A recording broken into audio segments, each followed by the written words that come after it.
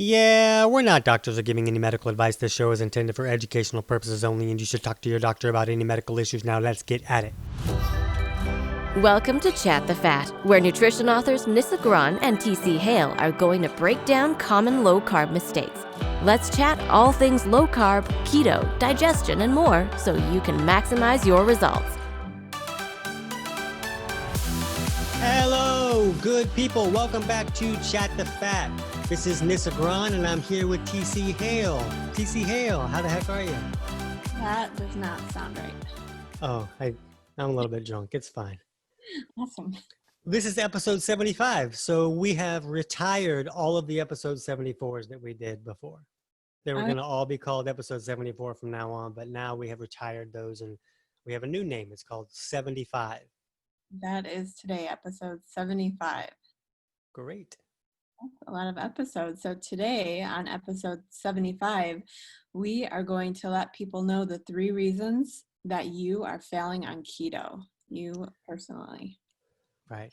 And we don't mean to yell at you about it, but we don't want you to fail anymore. So here we go. Yeah, there are at least 3 reasons. A lot of people fail on keto, so we will talk about that. But before we get to that, I did want to talk about a keto challenge success story that comes from our last challenge, which was in June, just a few months ago. Although with our current circumstances, it really seems like it was 5 years ago. 7 years ago. Yes. So I wanted to talk about our keto challenger, Lisa, who also became a Keto Decoded member after having such amazing success during the 3-week challenge, and just to inspire and motivate people to get back to keto if they have fallen off the wagon. I wanted to talk about her success story. And so this is what Lisa had to say after her time in the 3-week keto challenge. The cabbage diet, Nutrisystem, Lindora medical weight loss, TOPS, Slim Fast, intermittent fasting, diet shakes, Optavia diet foods, and exercise occasionally. I've tried it all and I've failed it all. I love my doctor, who is a vegetarian, but my family and I are not vegetarians. I know that I will get the stink eye even mentioning the keto lifestyle to him, but I want to see the look on his face when I go into his office lighter with the normal cholesterol and glucose level. The past 3 weeks have been amazing and eye-opening. I'm looking at keto with a new and improved mindset. This is not just losing weight, but gaining insight for the rest of my life. The past 21 days are the start of something better, which will lead to me reaching my goal. I made some mistakes, but learned in the process. I give myself a pat on the back and move on, as it's not worth getting upset for something that is long gone. My weight has always been an issue since I graduated from high school, where I averaged around 120 pounds. My highest weight was in the 170s when I was pregnant, and I'm finally done with all of the stupid fad diets, nasty tasting shakes, and struggling to lose weight. I'm learning my keto lifestyle in a new way. We've tried some of the recipes in the meal plan and love them. They're very satisfying and tasty. Now I need to plan ahead more, and I'm confident with the Keto Decoded membership, I will get the support I need.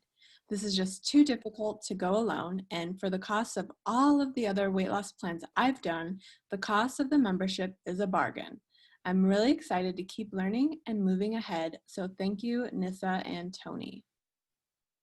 That's pretty awesome. She had a pretty nice resume starting off there, but that's probably just a drop in the bucket for all the things you did, right? She's actually tried some things that I haven't, so, That was my question is, did you try like every single thing, or were there like 5 or 6 things that you tried 37 times? There were, yeah, that's the majority, but I still try little things here and there. Like I've never done the cabbage diet because I would not do that. I sometimes eat cabbage in a salad, but I could not do that. I don't even know what it is. Yeah, I don't know if I could do that either. Nutrisystem just looks disgusting, so never did that. Yeah, I didn't really do it a lot of the ones that she's done, except for the Slim Fast and the diet shake. So it's good to see that there's more variety out there. Yeah, I'd like to try that ice cream sandwich diet. I've heard a lot about that too. Charlie can help you out with that. He loves Yeah. Yeah, so I found out that most people don't give their kids dessert every night. It's just my kids that expect it. Oh, cool. All right, so My kid gets dessert every January. Nice. I'm Yeah. just kidding. Actually pretty common with a lot of people who are set in their keto lifestyles. Their kids don't see dessert very often. Yeah, he really doesn't. But grandma and grandpa are coming tomorrow, so there's going to be a whole new world opened up of Good luck with having. that. Yeah, I'm going to have to actually deal with a 4-year-old now. So Yeah, good luck. Yes, so that was Lisa, and she was super successful in our last 3-week keto challenge, and she's since moved on to the courses that we teach so she can not only get started with her keto lifestyle, but also see lasting results and get out of all of those horrible fad diets that I mentioned. Even though I didn't try them all, I could just see that they're horrible. So the doors open for our next keto challenge on Wednesday, October 14th. And you will want to get in on that first day because we do have some secret bonuses that are being offered. Um, shh. yeah, they're secret. We are not technically starting the challenge on Monday, October 19th, but if you wait until then to get in, you will be too late because it will be locked down. The challenge will be starting. People will be getting their amazing results, and you will have already missed out on everything. Yeah, don't do that. We're already trying to tell you not to fail on this episode, so don't fail like that. All right, so that is exciting news coming up. And sometimes I run these keto challenges by myself and you throw in some comments here and there, but this time you're actually running it with me. So So we'll have a lot of fun, and that also means that we'll probably start at like 3 weeks late. no, no, on track. All right, so today we are going to talk about the 3 reasons that you are failing a keto diet. And there can be a lot of different reasons that someone fails at keto. So we are just going to talk about some of the 3 most common reasons that we see. And the first one I know Tony knows a lot about. It is digestion. I don't Um, understand. What do you mean? yes, exactly. So obviously, since how you digest what you eat is so important, it's not just what you eat that's important, but also how you're digesting it. And it's also especially important when you start a keto diet. We do cover this in the ready phase of our Ready Set Keto method because basically, if you don't get your body ready in the right way by helping it digest what you eat, then it's going to be pretty hard to see any progress on any diet, but especially keto. Yeah, and a lot of people, they see somebody succeed on keto or really any diet, really, and they'll try that diet and they'll feel miserable and they will gain weight and they'll have no energy, all these things. And their conclusion will be, that's not for me. That is just not for me. And though they're kind of right, there's pretty much always a reason. And there's always a reason that the diet isn't right for you. And you could either switch to something else that might be more appropriate for your body chemistry, but you can also correct malfunctions going on in the body that allow you to use a diet, especially one that works faster than pretty much anything you can do. Yeah, it does. And even with keto, so I've personally been trying out low carb diets for 20, probably close to 30 years now. So for decades. And before I found your book, I never took the time to get my body ready. I just basically, saw the new diet in the checkout aisle in the Women's World or whatever the magazines are at the checkout aisles. I would see whatever the latest diet was and I would read that article, or, if I came across a diet book that looked interesting, I would read that book. And that was my research. I would read it and then I'd want to jump in like while in the middle of reading it because I didn't want to wait for results. I wanted results to start yesterday. And I think Mm. that's how a lot of people approach dieting. I see either people taking forever to research and so they never really jump into it and they never get started, or they're like me where they just read one article and they're ready to go and they'll just kind of figure it out as they go along. Right. And it's really easy to read things that you're excited about a diet. And then even the author will be like, hey, you probably ought to do this first. Yeah, whatever. What about this? What about the shiny thing? Let's do the shiny thing. Yeah, shiny object syndrome is real, especially when it comes to diets. And I am that person who shouts squirrel and will run after the next new shiny thing. Although this time I stuck with it because I started working on my digestion and I realized what a big difference that makes. So we wanted to talk about that as our number one thing that you are failing at keto. So let's get into a little bit how not improving digestion can lead to failure on keto. And I'm going to leave this part up to you because I want you to talk about how a lack of stomach acid can lead to failure on keto. Well, the biggest thing, and most people don't, unless they've heard us talk, they don't really know that you really need stomach acid because all the commercials tell us to turn it off. And if you have indigestion and acid reflux, you just turn that off and who cares? But you really need it because that's how we break down our food and that's how we pull the nutrients out of that food. That's why we eat. We eat to get nutrients. We don't eat just because it's delicious. I know that's disappointing to a lot of people, but you need the nutrients. And so if you can't break down the food, then you can't pull the nutrients out and you're going to be tired because you don't have any fuel really. But on top of that, when you can't break it down, the food still has to, like you don't eat a chicken sandwich and then a chicken sandwich comes out. It still transforms in some way. And when you can't break that down with stomach acid, it breaks down by the process of rotting and fermenting. And those two processes have all of these byproducts and gases and toxins that it creates. And so now all those byproducts, toxins, and gases are in your body and they're creating all this discomfort and you just feel lousy. So carbohydrates and processed junk food are very easy to break down. You don't need a lot of stomach acid to break those down. So if that's your diet, you feel fine. And it's like, yeah, this is great. Even though my pants don't fit, I can eat this and I don't feel bloated and want to throw up and have nausea and all that kind of stuff. And then when you switch to real food and you can't break it down, then it becomes a problem. Well, a keto diet it really should be a real food diet. And even if you're using processed stuff, you still have to have some real fat and all this kind of things. And so if you can't break your food down, it's not going to work for you and you're really going to feel lousy. And those are the people who end up saying, that's just not for me. Yeah, and I know for me personally, that lack of stomach acid is coming from years of being put on medications to help with the acid, with the heartburn. I always had heartburn, so I was put on all of the medications. And so not only did I get heartburn when I would try to eat more meat, but it just didn't taste good. Right. Your body experienced a miserable time when you ate that. Like the experience that the body had was a horrible one. It didn't access the nutrients that it thought it was going to get.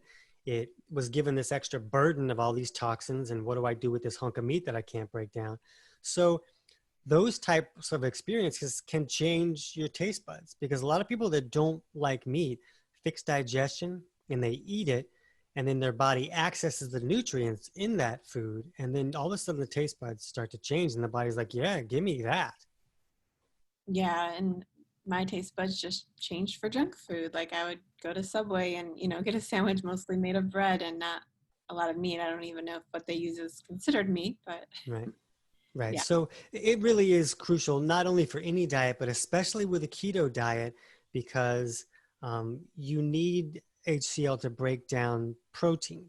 And though keto is a moderate protein diet, I find that a lot of people that go to keto end up eating more protein than they were because they were eating pasta, rice, bread, pizza.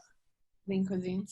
Yeah, lean cuisine. So now that they start eating real food, that they start having even more protein. So you really need stomach acid to make that happen.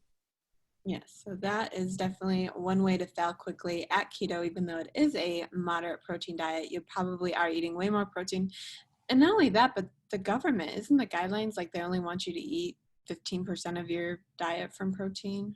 I don't even remember what the government says. I'll check Facebook topic headings and see what the government says and let you know. Yeah, it's pretty low. It's not a ton of protein that they want you to get. But a protein is essential and something that we definitely need and something we need to be able to digest so that our bodies are taking advantage of it. And Right. the next topic you like to talk about when it comes to digestion is Bioflow. And so how can your bile not flowing lead to failure with a keto plan? Well, first of all, poor bioflow is very, very common today because there's a lot of things that can thicken the bile so that it won't move correctly. And processed foods is one of those. Grains is a really big one. And high estrogen is another one. So anybody that's on like birth control that is raising estrogen levels can have their bile too thick to flow and it creates all these problems. And that's a big percentage of the population right there that's on birth control. And so when it gets too thick to flow correctly, now when you eat dietary fats, you don't have the ability to emulsify or break apart those fats, because that's what the bile does for us. Bile drops down onto the food that leaves the stomach, and it kind of neutralizes those acids, and it emulsifies all the fats so the body can use those fats. So when you can't digest the fats correctly, now they become rancid and toxic, and the body, it's a burden the body has to try and deal with. It tries to push it out to the skin, and we have acne and breakouts and all this kind of stuff. The person will feel nauseous because all of the toxins that are being created from these fats that are undigested. So now that's already problematic. Now go ahead and switch to a diet that's almost all fat. And if you don't have Bioflow, how are you going to process all that fat? Well, you're going to feel lousy, and you're probably going to gain weight. And then you'll say, oh, keto's not for me. Yeah. And so you said that you've talked a lot about birth control, and I'm sure other medications, but also like having a diet filled with grains can also lead to poor bioflow, right? Right. And processed foods and grains both have the ability to thicken the bile. And so some symptoms or signs of poor bile could be that maybe you have loose stool issues. Maybe you have a light colored stool, or you're seeing undigested food in your stool, or you're having nausea issues. Or if you check your saliva pH and it's below 6.5, that's another strong sign. So a lot of these signs are just common. It's just like, oh, my friend has that too, so it's no big deal. But these are all signs that things are not going well. So what is your experience with people who are vegetarians or vegans? Is their bioflow typically poor, or does that not make a difference? You know, the other thing is that, let's say that the thing is that either problem can end up resulting in the other problem coming about in very roundabout ways. Because if someone doesn't have enough stomach acid and they can't digest proteins and, real food, they'll go towards more of this processed stuff, more grains, and then that can thicken up their bile, and the bile won't flow right. And if somebody doesn't have bile flowing correctly, then they feel nauseous when they eat all this real food that has dietary fat content. So they go to more of this processed junk, and they eat all these processed foods that are, or low fat. They buy low fat products, and then all of that ends up making them not be able to digest or make enough stomach acid, or it thickens up bioflow. So one can really screw up the other, and they end up having both sides of digestion not working correctly. So that can be common with vegans and vegetarians, because they're having to replace that animal protein with something else. And a lot of times, instead of just eating more vegetables, they're eating these tofu, franken protein. It's not really a Whopper. Instead it's just a pile of chemicals, but since it's not meat, it's more healthy for some reason. So they're eating a lot of this processed junk, even though they're trying to do the right thing. And I was in that boat for over a year. I was vegan, and I didn't understand the things I was doing wrong. So I can call myself stupid. I'm not going to call other people stupid, but man, was I stupid. I just wanted to ask, because I saw someone just randomly scrolling Facebook, and I saw someone asking about acne, having hormonal acne in her 30s, which I can relate to strongly because I had strong cystic acne.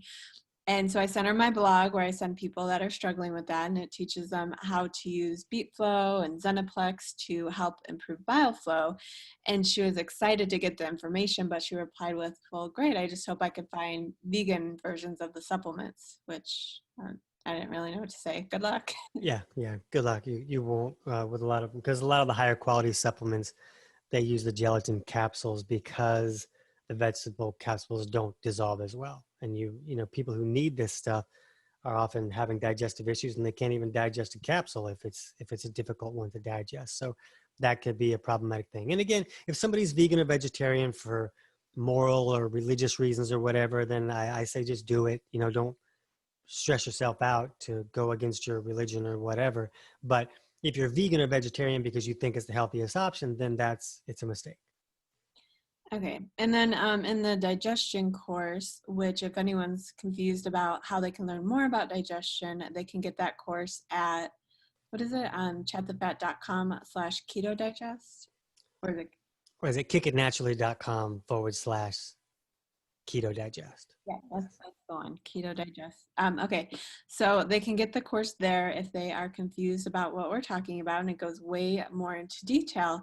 And But while you're on kickitnaturally.com, you could also search for, I think we did this 2-part episode, paleo versus vegan, and we explain the problems that can come about from being vegan for an extended period of time and why there's a lot of confusion around that.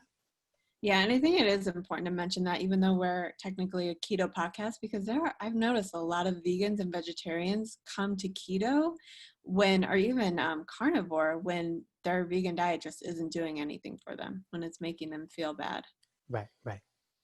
Okay, so are there any other kind of chemistry imbalances that you maybe talk about in the course that might lead to failure on keto? Yeah, we talk about electrolyte deficiency, which usually the person doesn't have enough mineral in the system because they can't digest their food and pull the minerals out of the food they're eating. So then minerals go low. And when minerals are low, it can create a lot of issues like cravings and depression and all these other things. And keto has the ability to really bring down insulin levels so you can lose weight. But for some people, when insulin's really low, they'll also pee out more minerals. So if you already have extremely low minerals to the point that it's problematic in your life, then starting off on a keto diet before you start to improve that could make the situation worse. So maybe a person's cravings get worse, maybe their depression gets worse, maybe their dizzy spells get worse, things like that. So we teach people how to figure out if that's an issue for you and to take steps to start correcting it before you transition into keto. And then you can avoid things like keto flu and all those other symptoms that come about really from electrolytes being too low. Yeah, and I think a lot of other keto people just teach people to add in more electrolytes, but that will only last so long. Like you really need to have your digestion working for that to become more permanent, right?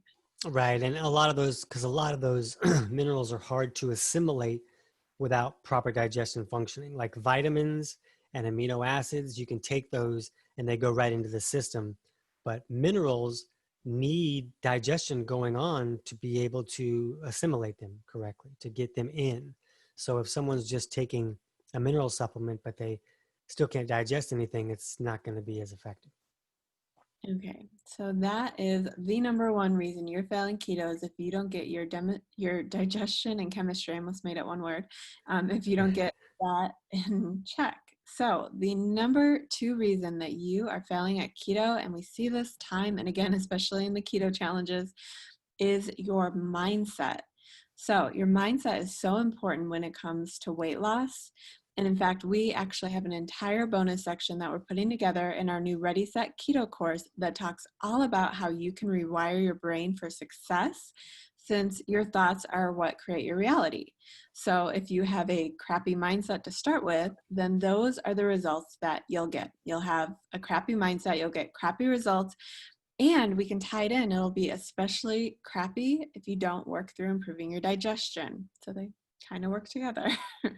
Right. And, it's not just a crappy mindset that can create bad results physiologically. It also just puts you in a state where you're like, well, now this isn't working right. I'm just going to do this for a minute. I'm just going to eat this for a minute and then I'll go back and do things, because you're not in the right place mentally to stick to what you're doing. And that's when keto is always going to fail, is when someone, low carb, you can cheat and you can still see results. But with keto, especially in the beginning, you really have to allow your body to transition to being fat adapted and to using this new fuel source. And if you keep going, I'll just do this for a minute, you never really get there. Yeah. And so speaking of that, one of the things that I know I used to have, and I see this among so many people, is having that all or nothing mindset where you have to get things absolutely perfect. And the first second you mess up, then you screwed up. And so it's important on keto not to have that mindset. But at the same time, like you just talked about, you can't go into keto just doing it part of the time. Like when you do keto, you have to really commit. It's not like other diets where maybe you could have a cheat day here or there, because then you're going to get kicked out of ketosis. And a lot of times you can ruin your progress just cheating, like even once a week, having a cheat meal once a week or screwing up once a week. So it's important to kind of find that balance between not having that all or nothing mindset, but also not continuing to cheat on keto, especially when you're at the very beginning. Right. And if that's important to you, if you want to have some fun or something like that, you eventually can, if once you become really fat adapted and you've been doing this long enough that your body is preferring this way of operating now. And then if you went off track for a meal, and we even teach in the course how to do carbs at specific times for specific reasons for specific people. I've said specific a lot in that little thing right there.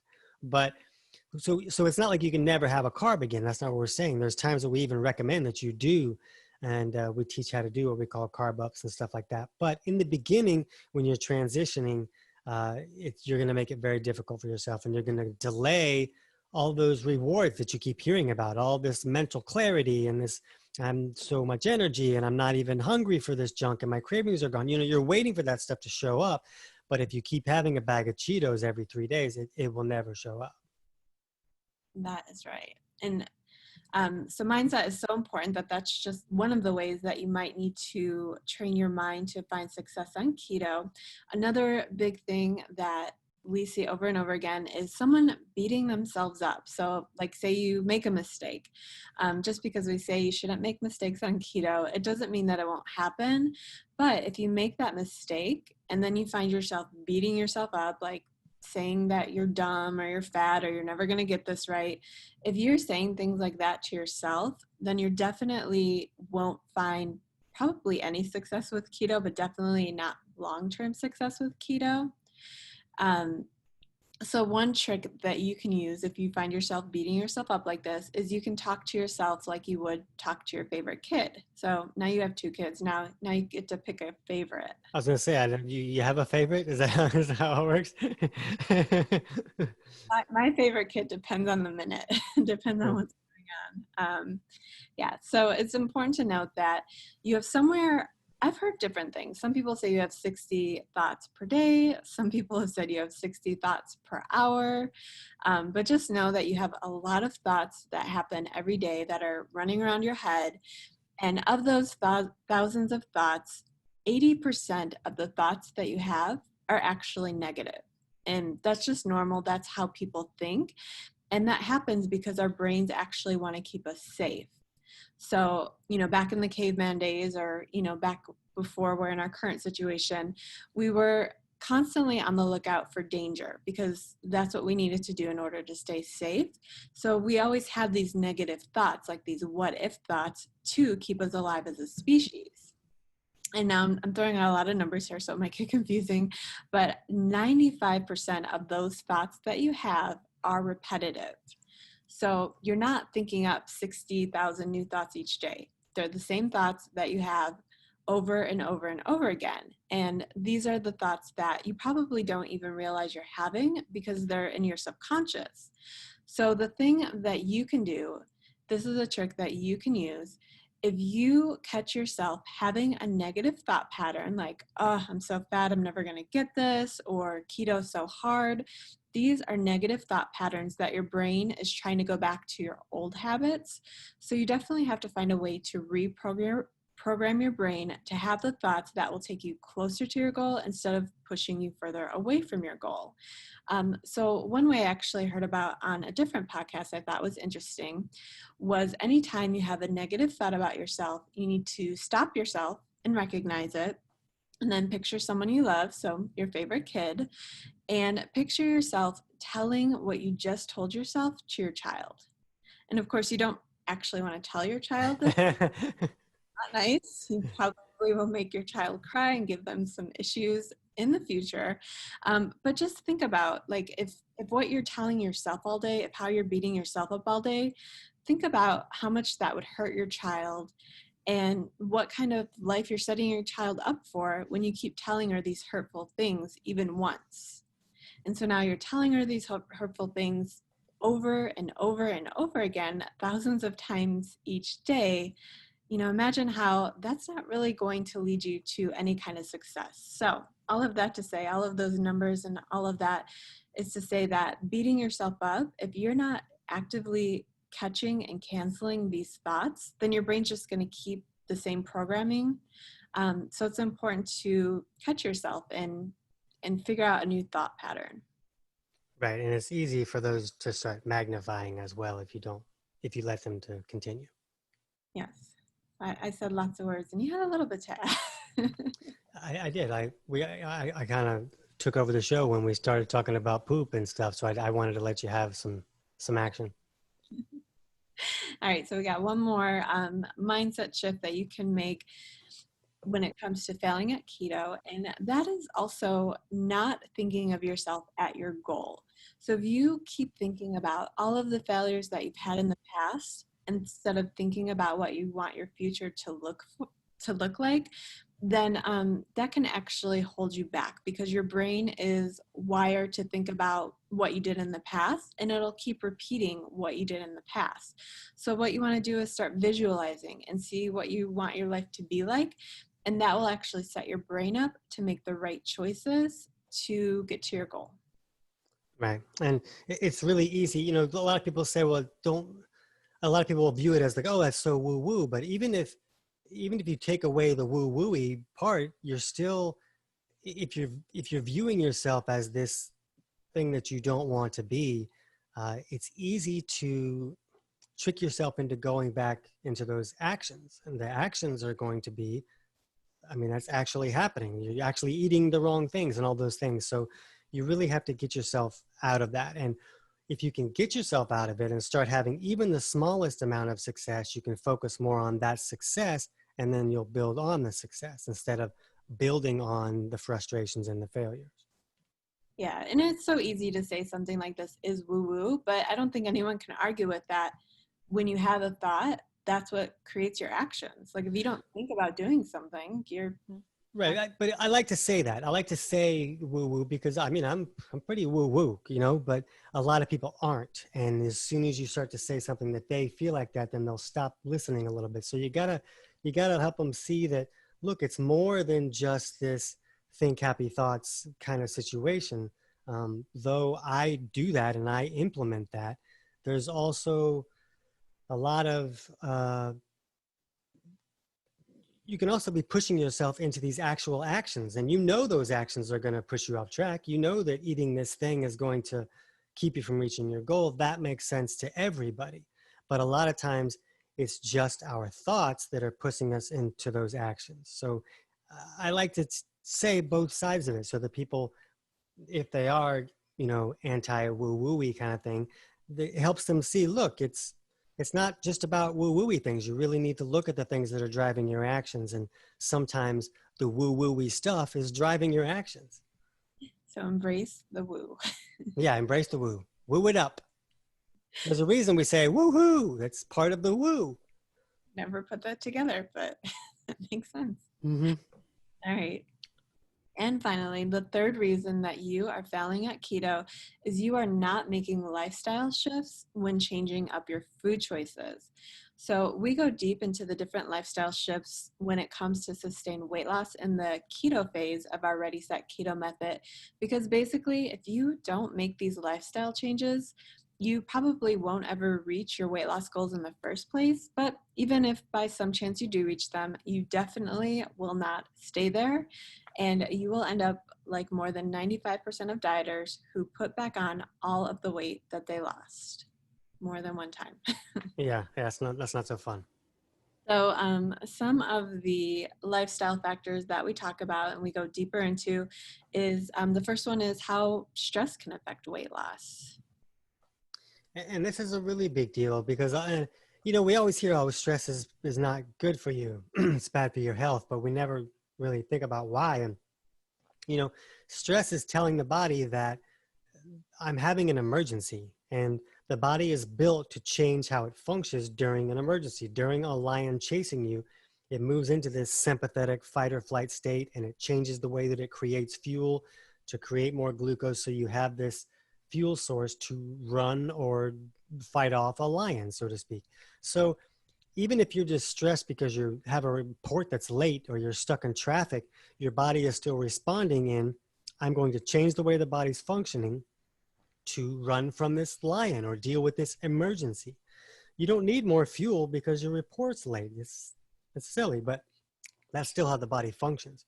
So if the body's creating all these stress hormones that's changing how your body's burning fuel and what fuel it's burning, and the body's making more glucose, then it's going to cause weight loss to slow down because it's going to raise insulin just like a candy bar would. Does that make sense? Yeah. And don't both keto and intermittent fasting put you back into that fight or flight state, that sympathetic state? Well, no, I think that you're saying a different thing. I wouldn't say that keto does that. It could in the beginning when somebody doesn't have a fuel source and the body's like, hey, what happened to that fuel that was coming in? Where's the ding dongs? You know, that could be a stress until the body adapts. And intermittent fasting certainly does put someone into a fight or flight state if they're not fat adapted. So if a person can access stored fat for fuel while they're intermittent fasting and the body's already good at burning fat, then it won't raise the stress hormones and send them into the fight or flight. But if they're not, now the body's freaking out because there's no fuel coming in and the body is not in a state where it can access stored fat for fuel easily, then it's going to raise stress hormones. It can do all those things. Did I say that right? Or was there something else about keto that could raise? I think just the stress of switching over, like when you're not fat adapted. Yeah, the switch over could be an initial stress, but it's not one that will last like it could every time a person uses IF when they're not set up to do so. You know, Yeah. we've talked about these people who will do IF and then the only meal they eat that day is, Taco Bell with Golden Grams in it. Yes, and not a good way to follow IF. Yeah. And also definitely important to find different ways to bring your stress level down. Speaking of stress levels, another thing that can cause stress to you, and if you don't make changes, is a lack of sleep. So how can a lack of sleep bring about stress? You kind of have to look at it two ways because the stress can create the lack of sleep. That fight or flight state can ruin sleep for some people and not allow the body to rest because it's in a fight or flight state. There's other causes of insomnia as well, but you really should look at it both ways like that.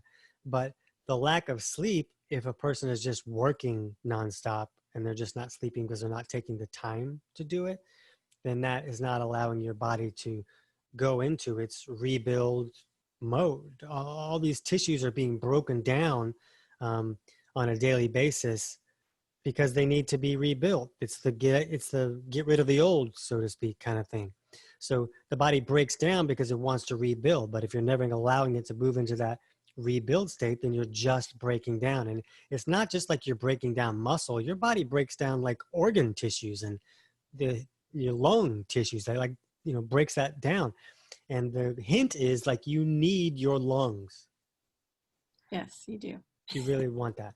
So that's a big aspect. Is there another aspect that you're thinking about with the lack of sleep, that how it affects, weight loss directly? So something else that I've heard, and I'd love your opinion on this. People have said that getting into that deep state of sleep, like whatever the deepest state of sleep is, that's where you burn the most fat. Do you agree with that? Yeah, I've heard that too. And I think that it's so dependent on where a person's insulin is as they're going to sleep, that I think that is such a big factor that it would vary from person to person. Now, maybe there are things about specific stages of sleep that make it magnify the amount of fuel that it would burn. And then if a person was burning fat, that would magnify the amount of fat that they were burning. But I don't know the answer to that, if that's a real thing. Okay. It's so important because like the person that I've heard repeat it says it with such conviction and like it's a fact and you don't want to argue with it. So sometimes I want to think like, oh yeah, that's a fact, but there's always more to the situation. Yeah. So it may be a fact because I don't know a reason that it's not a fact. But again, a person could go into a deep anabolic sleep state where they're really sleeping well. And if they had 6 candy bars before they did that, they're not going to be burning, quote unquote, more fat because their insulin is going to be too high to allow the body to do that. Yeah, that makes sense. So I think that pretty much covers sleep. Another lifestyle factor I don't know if it's really a lifestyle factor, but something to think about is toxins, because I know when you're burning fat, a lot of your toxins are stored in fat, so they're actually coming out. So it is a lifestyle factor, because if you're giving your body more toxins to deal with through your cooking methods, by using toxic high-fat foods that you think are keto-friendly because they're high in fat, but if they contain like vegetable oils or junk chemicals. And then there's just everyday toxins like lotions, perfumes, and all of the toxic things in our world. If you're not keeping this in mind, it could actually make weight loss more difficult. Right. And there's toxins that we just can't avoid. You can't avoid all of them. It's not possible. So the body's made to deal with some of those toxins, but it kind of depends on your load as to whether it's going to cause trouble. And the other biggest thing is, does your body have the ability to remove toxins? Or is everything that's coming in just hanging out until the body says, I can't deal with this load, I'm going to shove some of this junk in fat cells, and then you gain fat storage that way. So there are two sides to that as well. And Bioflow is the biggest thing for the body to be able to remove toxins, because that's where the liver puts a lot of the junk into the bile so it can go out through the stool and out the back door. So if bile's not flowing, a lot of those toxins get reabsorbed, and now your toxic level is much higher. Yeah, and you'll gain fat, but you can also deal with a whole lot of other health issues, way too many to list. So it's important to make sure you're avoiding the toxins that you can, like the vegetable oils and toxic cooking methods, things like that. Right, right. Okay, and the final lifestyle factor that I have to talk about is exercise. And this can actually go either way, exercising too much and too little. And I typically focus on those who over-exercise and why that's a problem, because that was me for so long. I've been working out on cardio equipment since I've been 18, and working out in general since even before that. And I just got into this pattern where I thought if I just kept working out more that I would lose weight and it would make it easier. But for me, it actually made it harder. But once I started holding the keto challenges and personalizing macros, I realized there's a whole lot of people out there who want to lose weight that are sedentary. Yeah, absolutely. A lot. So I would just assume that like if you were trying to lose weight, that you would just automatically exercise.